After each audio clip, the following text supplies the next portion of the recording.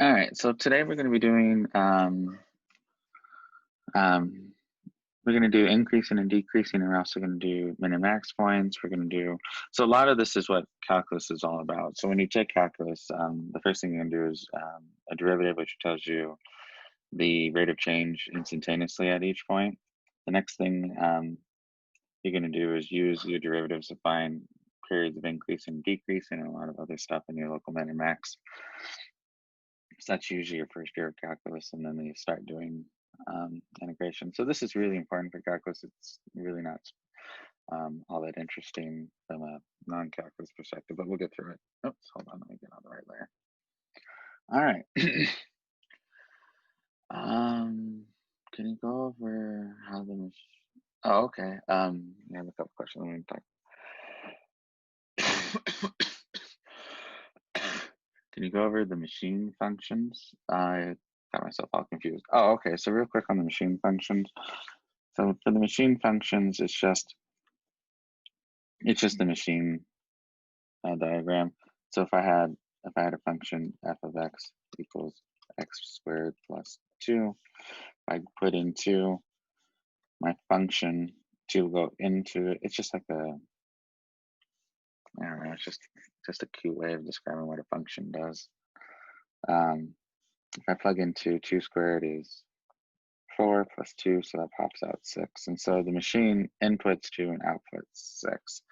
And the reason we talk about this machine diagram is because we don't always know the function, but we can know what the inputs and the outputs are. There's a huge body of research where you have 2 and 6, and it goes into an unknown black box, and we want to know what the function is. Because if I put in 1, I get out 1, I get out 3. And so there's a whole list of this function thing comes from high-end math that you guys may or may not ever see. It's a way of saying when something comes in, something comes out, what happens. For you guys, all you have to do is when you put it's just a way for the notes and the homework real quick, just to say a function inputs 2, so this is input, so this is like a little hopper in, and then it outputs like a little hopper out.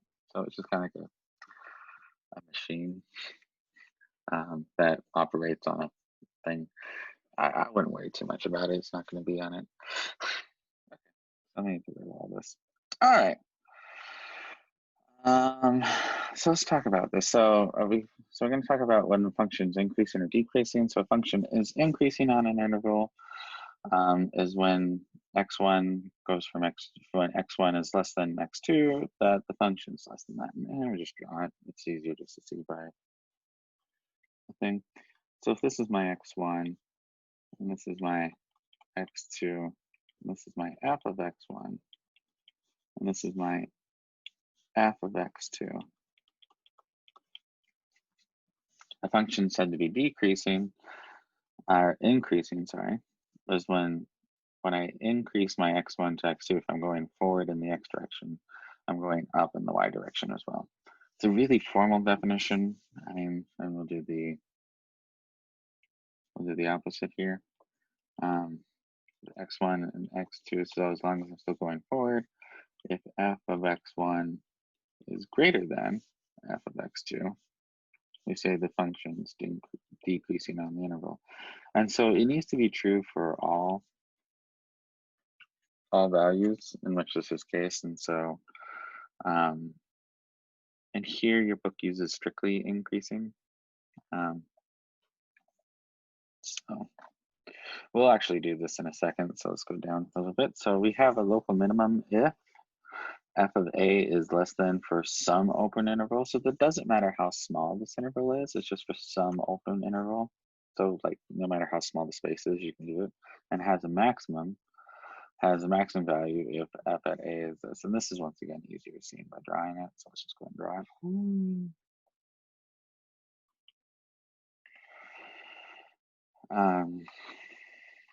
Okay, so here, if I come up here, I'm going to say this is a local max. And the reason I say that's a local max is that this value at this value here at A here, f of a, right here, f of a is greater than or equal to all f of x around it. So anywhere around here, anywhere in this interval, doesn't matter how small that interval is, it's greater than all this. Here, I'm going to say here, this is a local min.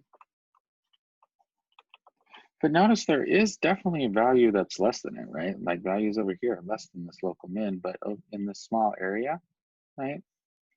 It is definitely the smallest of all these. And so, and then here's a local max, even though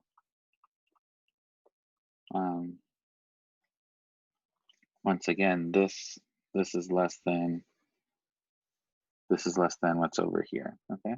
So it only has to be in an interval containing it to be a local min or max. The difference between these and the global min or max, so let me write that to be very clear about it. These are different than global min or max. So global min or max. Okay, so these are different. So global min and max. So global min and max, you should only have one value each. So you should only have one value each. It should be what is the highest value this function achieve, what is the lowest value this function achieves. So you just want to. So is there a way to show that a function is increasing? Yeah, we'll do that in the next page. So let me just show you that. So the next page will actually do it with real live examples. Okay. All right, so here we have a live example. Your homework looks a lot like this. In order to make it work out nice, I give you the function. You don't have to know the function to do this. I think on the exam, I'll give you a function. You'll have to graph it yourself because I can't make pictures because it's not always working on Canvas for some reason. So let's go ahead and do this real quick. And so here I would say, so here I'll show you how to state all this information. Okay, so here we have our function, minus 0.1 x cubed plus 3x. And so here we have two local min. We have a local min over here.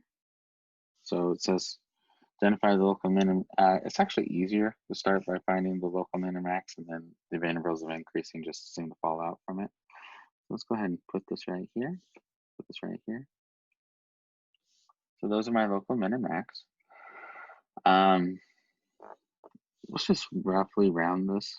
We'll go ahead and round this. So this is, I'm going to say this is -3 is my x value. Close enough. And then here I'll have 1, 2, 3, 4, 5, 6. -6 is my y value. And then here I'll have 1, 2, 3 is my x value. And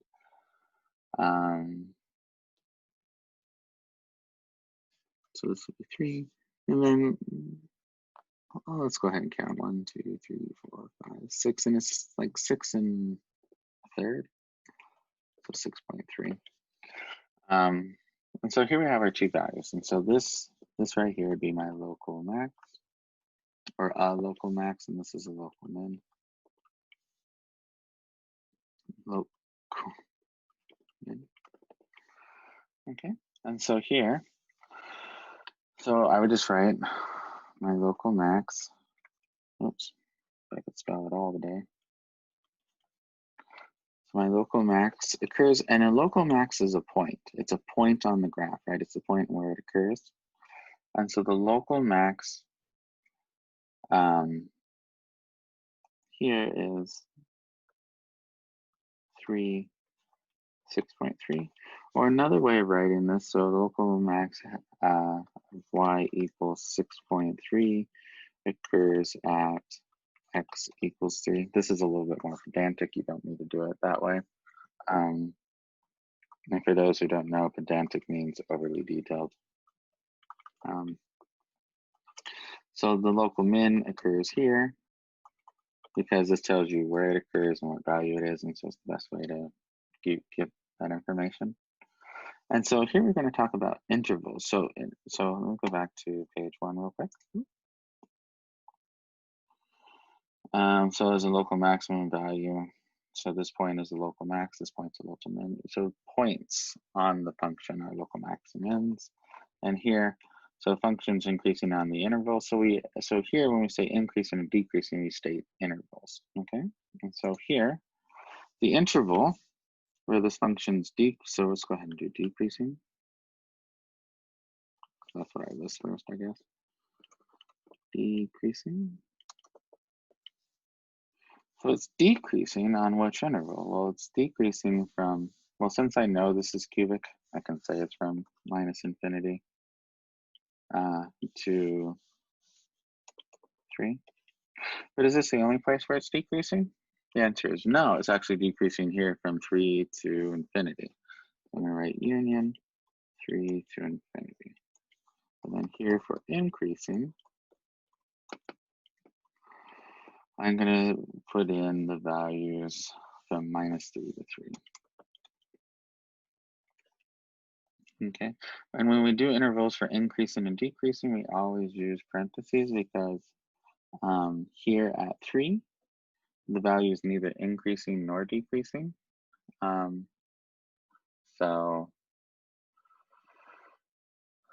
hold on, yeah, so the value is neither increasing nor decreasing, and so we just leave them out, okay? So this is how you complete the homework. You'll have 3 of these to do. We'll do another example with you. All right.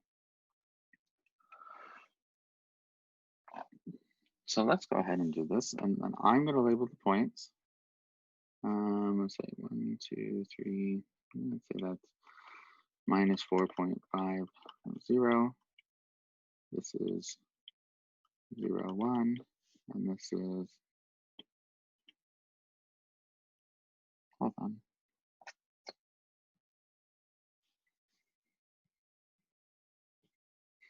1, 2, 3, 4, 5, 6, 7. Yeah, it's close enough. 7, and then I'm down 1, 2, 3, 4, 5, 6. So this is 7, 6. Okay. So here we have our points. So here I have a local, hold on, local. So here my local max is, there's only 1 point. And then here for my local min, there's actually multiple points. One thing that I can safely say this because I see that this is x to the 4th. I know there's at most 3 different points where it goes from increasing to decreasing, and it switches from from decreasing to increasing. So it always has 1 less than your highest order.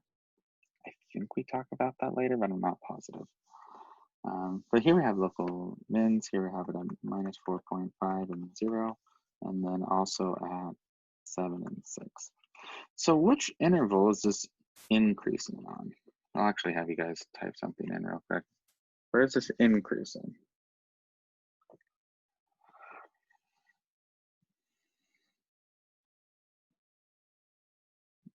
I missed them. Oh, thank you. I forgot my negative sign. Thank you.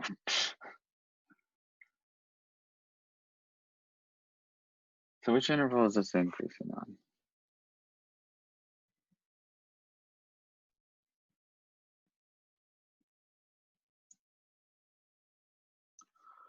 From 0 to 1. So yes, 0 to 1 is an interval it's increasing on. But there's also another place it's increasing. It'll be from here it's increasing, and then here, okay? So here it's increasing, so it'd be from 7 to infinity. Hold on, no, I said something wrong. Let's back up. It's increasing from this point to this point. What's this point? This point is minus 4.5 to 0 union 7 to infinity. Okay. Yeah, so it's increasing from, so it basically it's increasing between local mins from this value to max values. It'll always be increasing, and then at least for polynomials, and then from this value to minimum values, it's decreasing. And then here we have, of course, the extras, which we have to tack on, decreasing. All right, so here it's going to be decreasing. So it's decreasing from minus infinity to minus 4.5. And then here it's going to be going from my local max, which is 0.1 to this. And so decreasing values, let me make this very clear. 0 to 7. So the interval here is, the interval is always the x, always x, okay? So the interval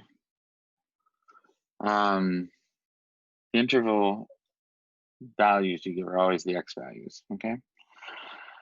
So here it's from x equals 0.5 to negative 4.5, wow, negative 4.5 to 0 are the x values in which the function's increasing, and then from 7 to infinity is also where the function's increasing, and decreasing from minus infinity to 4.5, negative 4.5, and from 0 to 7. So it's always the x value. So that's something to be very careful of.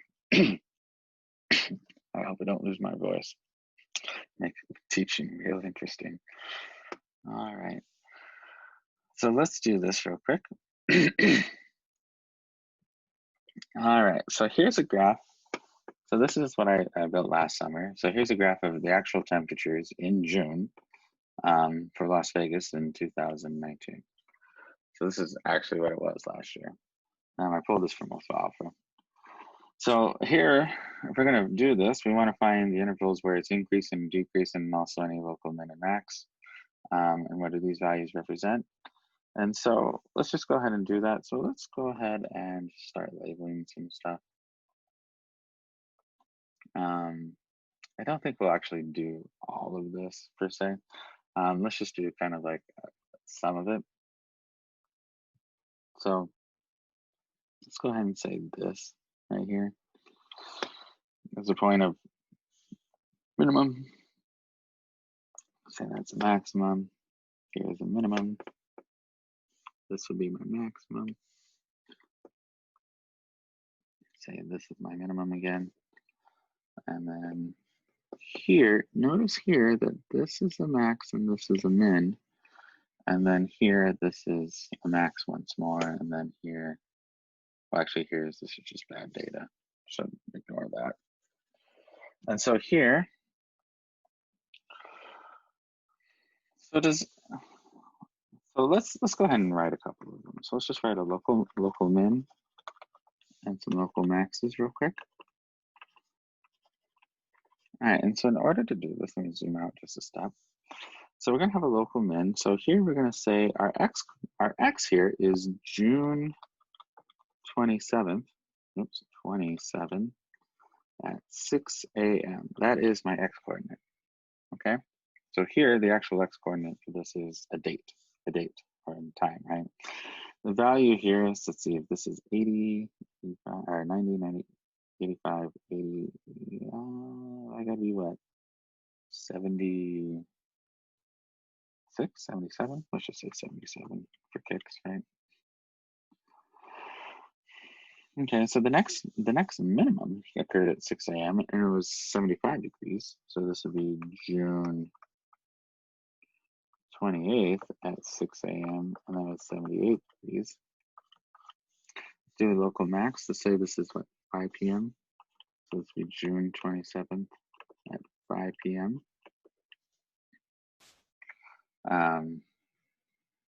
Between, and that, let's say that's what, 95, let's just say 98. Okay. But so we can just keep going, and so I'm just going to put ... We can just keep filling these out. But this is interesting. What happened here? Does anyone have a clue what happened on June 29th about, let's see, 11 a.m.? It dipped. Yeah, it dipped. It rained is correct. Rain is the actual correct answer. So clouds will tend to hold in heat, but actually don't cause the temperature to drop. But the rain, because the water comes down and then it evaporates, that eats heat, because the water evaporation is eating heat. And so that actually is what happened here. Here it actually rained for like 5 seconds. Um, what cloud cover tends to do to these graphs is it tends to even it out. It tends to make it very, very even, because the the density of water, or the heat capacity of water, is a lot higher than air. And so when there's a lot of humidity in the air, the heat capacity goes up. And so while the same amount of energy is coming from the sun, at each day around this time, or roughly the same amount of energy, it levels it out because it takes more heat to gain temperature and takes more heat, or actual heat, to lose temperature. So here we had rain, and so here this is interesting. And so if we're going to write down our periods of, we won't actually do all of them, but we'll just do a couple of, let's just say some increases real quick. I think you get the song and dance, but I want to harp on it if you get it. So it's increasing. So these are going to be X components. So it's increasing from June 27th at 6 a.m. to June 27th at 5 p.m. And then we're going to write union, and then from 6 a.m. to 4 p.m. this time, right? So this would be June 27th, or June 28th, sorry, at 6 a.m. to June 28th at 4 p.m. union. And you could fill this rest of this out. So, hold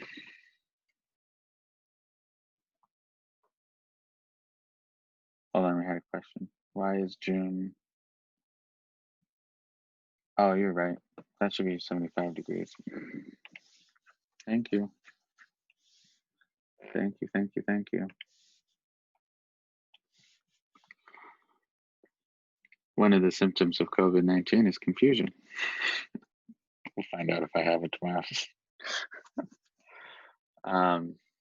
So this goes from 6 a.m. to 5 p.m. It's increasing. Here from 6 a.m. to 4 p.m. we're increasing. Here at 5 p.m. we have a max. This is less than this. I think I have all the data on here, right? From 6 a.m.